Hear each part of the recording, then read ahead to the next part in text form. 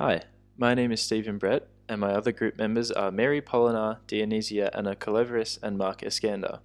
And today I'm going to be talking about using imaging to assess bone strength in relation to osteoporosis. Osteoporosis is characterized by low bone mineral density and the deterioration of bone tissue. This often leads to decreased bone strength, increased bone fragility, and a consequent increase in fracture risk. It is commonly referred to as the silent disease due to its lack of symptoms, usually only becoming prevalent when a person has their first fracture. Decreased bone density occurs when bones lose minerals such as calcium faster than the body can replace them. Fractures due to osteoporosis can result in chronic pain, disability, loss of independence, and premature death. It is essential that low bone density is identified as early as possible to prevent the risk of future or repeat fractures, and therefore treatment is more successful when doctors detect bone loss in its earliest stages. Bone mineral density can be reliably measured by the scanning of the axial skeleton by dual energy X-ray absorptiometry, also known as DEXA, and is presented as a T-score, that is, the number of standard deviations of the BMD measurement above or below that of young healthy adults of the same sex. So how clinically significant is osteoporosis, and what does its diagnosis mean for patients? Let's have a look at some epidemiology just to get an idea of how prevalent it is in terms of our population. An estimated 4.7 million Australians over the age of 50 currently have osteoporosis, or its earlier stage known as osteopenia.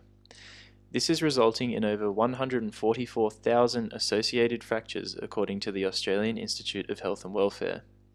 These fractures result in chronic pain, disability, loss of independence, and in extreme cases, premature death. According to the data examined, there were almost 8,000 cases of hospitalizations due to osteoporosis for people aged 50 and over between 2016 and 2017 alone. This is a significant number affecting people on a large scale, especially those over 70 and women more so than men. It is estimated that 1 in 4 women over 75 are affected by osteoporosis. What we can gather from the data presented is that osteoporosis is a growing public health concern that is unfortunately going massively underdetected for reasons related mostly to the medical imaging technology that is currently available. We will be discussing this in depth in the next slides. Now, what is DEXA? DEXA stands for Dual Energy X-ray Absorptiometry and is a bone mineral density test which uses a special type of X-ray to scan the hip and spine to detect osteoporosis. The way that it works is that there are 2 X-rays with different levels of intensity to attenuate the bone and the soft tissue. As bones and soft tissue absorb X-rays far differently, we use low energy for the bone and high energy for the soft tissue. We then subtract the absorption from the body tissue to isolate the bone, which determines the T-score, which is a value of the bone density of the patient relative to a healthy young adult. What is the T-score used for? The T-score is used as a benchmark, and for tests done on patients according to the World Health Organization, a T-score of -1 or higher is healthy, while between -1 and -2.5 is considered a diagnosis of osteopenia, with less than -2.5 being further considered a diagnosis of osteoporosis. As you can see in Figure 1, there is a negative correlation between T-score and increasing age. The advantages of DEXA is that it is accurate and precise, since, as I mentioned earlier, we use 2 X-rays to attenuate the tissue and bone. Then we isolate the bone to analyze it far more easily and accurately. Another advantage is that we can detect bone fractures, as we can with regular X-rays, giving it a dual purpose. The scan is also very quick. It may vary somewhat, but it can be around 7 minutes to scan a patient, which is convenient for everyone involved and also allows doctors to analyze the image within the same appointment. Not related to the technology itself, but since many countries worldwide use this technology, doctors can easily reference data across the world and share information with each other that is important. Other pros of using DEXA involve its quick and simple, non-invasive nature. It uses a very small amount of radiation, and it is considered an accurate estimator of fracture risk, making it the benchmark for bone mineral density testing. A big disadvantage is how expensive the equipment itself is. We were only able to find prices for the DEXA scanner in the United States, so it is important to understand that the prices seen on the slide are in USD. This company, Block Imaging, leases DEXA scanners with different operating systems and different software. For the best software with 1-year warranty, Block Imaging leases a DEXA scanner for roughly around 49,000 to 56,000 Australian dollars.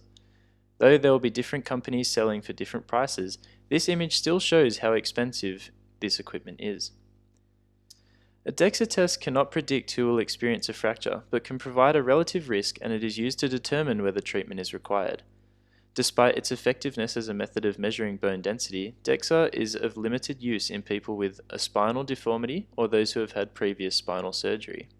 In such instances, CT scans may be more useful. A test done on a peripheral location, such as the heel or wrist, may help predict the risk of fracture in the spine or hip. These tests are not as helpful in following response to treatment, however, and if they indicate that drug therapy is needed, a baseline central DEXA scan should be obtained. Another popular medical imaging modality, ultrasound, is an extremely diverse tool and can also be utilized to assess bone strength. The basis of ultrasound stems from the physical properties of sound waves and their ability to be reflected when acoustic impedance changes between different densities of tissue. Ultrasound frequencies for diagnostic radiology typically range from 2 MHz to 15 MHz, making them inaudible to the human ear. Now, how do ultrasounds pose as useful tools to assess bone strength? Well, a quantitative ultrasound is a relatively recent advance in ultrasound technology that attempts to estimate bone mineral density and hence strength in peripheral skeleton. Due to the nature of ultrasound waves and their likelihood of becoming scattered or otherwise dispersed, these scans are often performed on the calcaneal bone, otherwise known as the heel.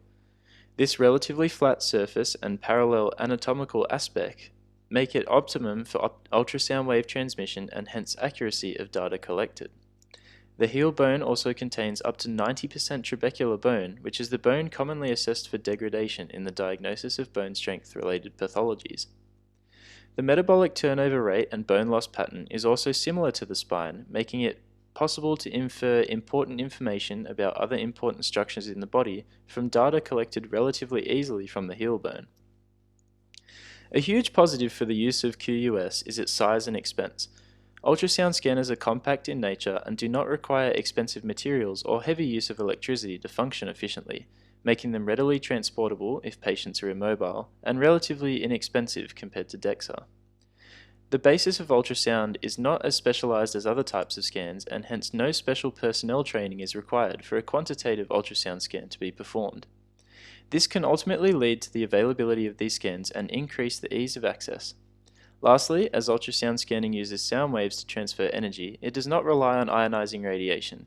This eliminates the negative health impact associated with many other types of scans and also enables safe radiography of pregnant women.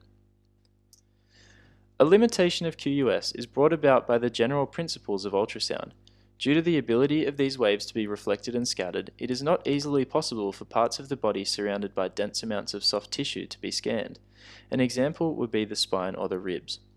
Their enclosure inside soft tissue makes it difficult for bone strength to be directly assessed accurately.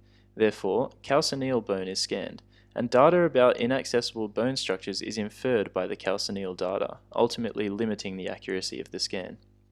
A less critical, but still notable limitation is that the bone mineral density is inherently going to be different between the left and right foot.